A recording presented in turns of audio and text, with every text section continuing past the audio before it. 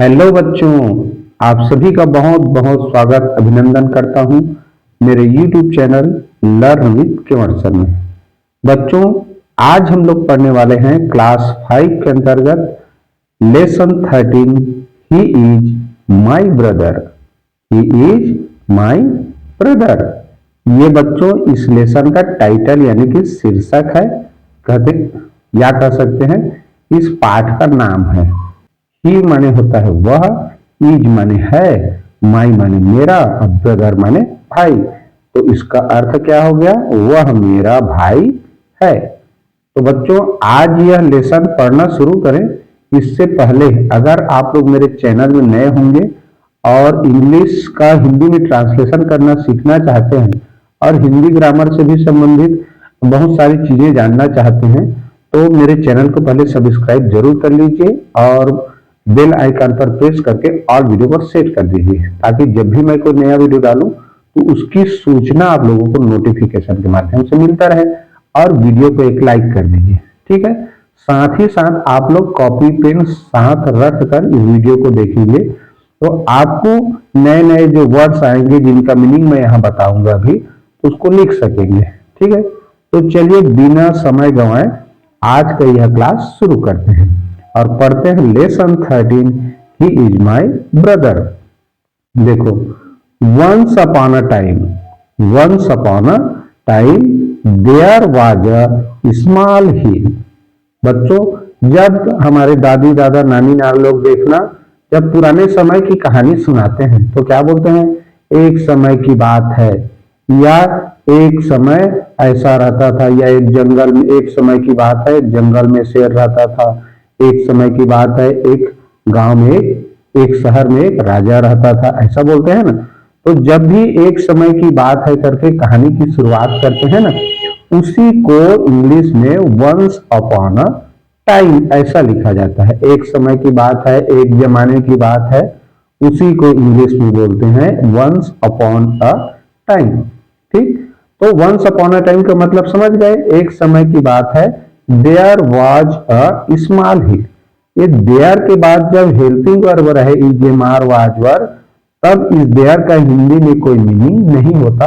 ये मैंने पिछले वीडियो में भी बताया था। तो क्या होगा? यहां से अ स्मॉल हिल यानी एक छोटी सी पहाड़ी, वाज में थी या था, तो पहाड़ी है इसलिए थी होगा। तो एक छोटी सी पहाड़ी थी, देयर का यहां हिंदी नहीं करना है, ठीक। तो एक समय की बात है, एक छोटी सी पहाड़ी थी। A path went up the hill. A path एक रास्ता कह सकते हैं या एक पगडंडी, छोटा कम चौड़ा वाला रास्ता को पगडंडी बोलते हैं जिसमें केवल पैदल चला जाता है, ठीक है। तो अ पाथ यानी कि एक पगडंडी वेंट जाती थी अप द हिल पहाड़ी के ऊपर। अप माने ऊपर, हिल माने पहाड़ी, तो अप द हिल यानी पहाड़ी के ऊपर। तो एक पगडंडी कहें या एक रास्ता पहाड़ी के ऊपर जाती थी। It went through thick and lovely woods of pine and fir tree. It यह, जो इट वर्ड है एक प्रोनाउन है और ये पाथ के लिए एक रास्ता के लिए लिया गया है, ठीक। तो यहाँ अ पाथ वेंट ऐसा भी लिखा जा सकता था लेकिन अब पाथ बार बार लिखने के बजाय प्रोनाउन वर्ड का यूज करते हैं तो ये जो इट प्रोनाउन है ये पाथ के लिए लिखा गया है, ठीक है। तो इट यानी कि वो जो रास्ता है, वेंट जाता था, थ्रू होकर, थिक एंड लवली, थिक यानी घने, लवली यानी सुंदर, वुड्स यानी होता है बच्चों जंगल। तो किसका जंगल था? Of pine and fir tree. Pine को चीड़ भी बोलते हैं हिंदी में और फायर ट्री को बोलते हैं देवदार। तो चीड़ और देवदार के घने और सुंदर जंगलों से होते हुए, ठीक है, कि आप बीच से यह जो रास्ता था जाता था। आगे क्या लिखा है? People often walked on it to a holy place. People लोग, ऑफन अक्सर, इसको ऑफ्टेन ऐसा लिखा है, कई बच्चे पढ़ते हैं तो यहाँ टी साइलेंट है बच्चों, तो इसको पढ़ना है ऑफन। तो पीपल यानी लोग, ऑफन अक्सर, वॉक्ड जाते थे, ऑन इट इस पर, यानी कि उस रास्ते पर। ऑन इट का मतलब क्या कह रहे हैं, ऑन इट, ऑन इट, यहाँ इट क्या है, वो रास्ता, पाथ। तो उस रास्ते पर अक्सर लोग जाते थे, कहां, to a holy place, to a holy place, यानी कि एक होली यानी पवित्र, प्लेस यानी स्थान। तो पहाड़ी के ऊपर एक पवित्र स्थान था, उसे ही देखने जाने के लिए या वही जाने के लिए कह सकते हैं, लोग अक्सर उस पर वॉक यानी चलते थे। किस पर, वो जो रास्ता था उस पर।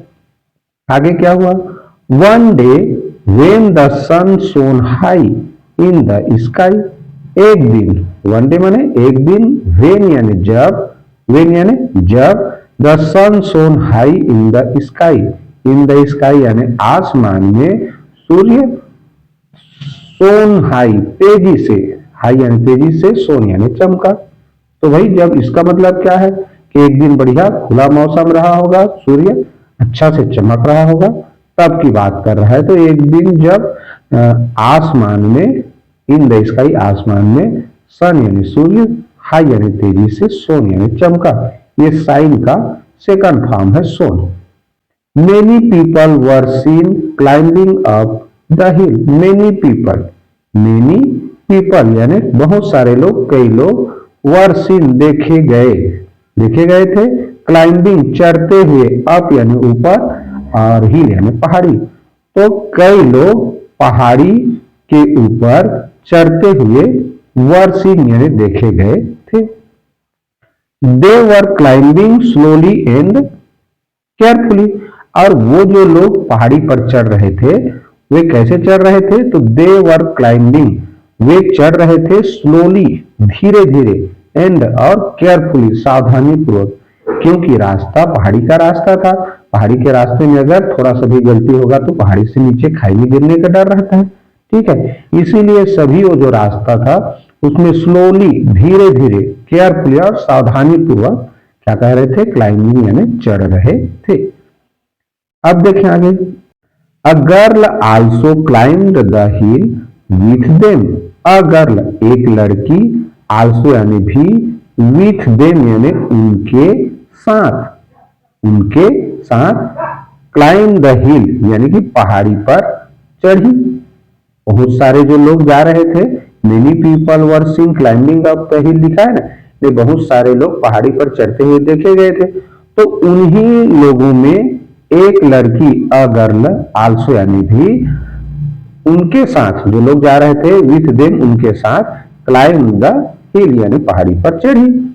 हर नेम वाज मीना, उसका नाम, वाज यानी था, मीना यानी मीना, तो उसका नाम मीना था।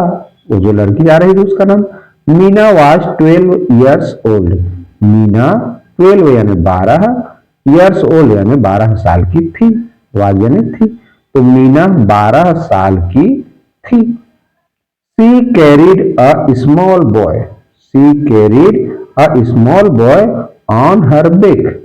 वह, सी यानी वह, कैरिड ले जा रही थी, अ स्मॉल बॉय एक छोटा सा लड़का, on her back, on her back यानी हर यानी अपने, बैक यानी पीठ, ऑन यानी पर, तो ऑन हर बैक का मतलब हो गया अपने पीठ पर। तो इसका पूरा अर्थ क्या हो जाएगा, वह अपने पीठ पर एक छोटा सा लड़का, कैरिड यानी ले गई कह सकते हैं या ले जा रही थी। ही वॉज 4 ईयर्स ओल्ड, और वो जो लड़का जो जिसे पीठ पर जिसे पीठ पर बैठा, जिसे पीठ पर ले जा रही थी, मीना नाम की लड़की, ही वॉज 4 ईयर्स ओल्ड यानी वह 4 साल का था। ही वॉज 4 ईयर्स ओल्ड यानी वह 4 साल का था। हिज हेयर वॉज करली, हिज हेयर वॉज करली, तो इसको क्यूरली भी पढ़ देते हैं, ये करली लिखा है वास्तव में, ठीक है। तो उसका बाल करली थे यानी कि घुंघरालू था या घुंघराले थे, ऐसे कह सकते हैं। हिज आईज वर ब्लैक यानी उसकी आंखें, आईज लिखा है, आंख तो दो होते हैं ना, एक आंख होता तो आई लिखा था, वही आंख तो दो होते हैं इसलिए आईज लिखा है, ठीक है। तो हिज आईज यानी उसकी आंखें, वर थे ब्लैक यानी काले, तो उसकी आंखें काली थी, and his face was as fresh as the morning dew, the morning dew, his face, उसका जो चेहरा था जो लड़के का, वो कैसा था?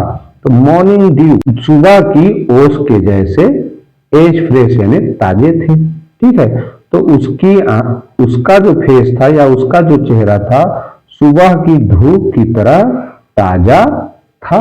किसका चेहरा? तो जो लड़का था जो कि 4 साल छोटा था और मीना जी से अपने पीठ पर कैरी कर रही थी, ले जा रही थी। ठीक है, चलिए आगे देखते हैं। As the sunshine danced through the trees, जैसे ही सनशाइन यानी धूप, डांस्ड थ्रू द ट्रीज यानी पेड़ों से होकर डांस की यानी कि नाची।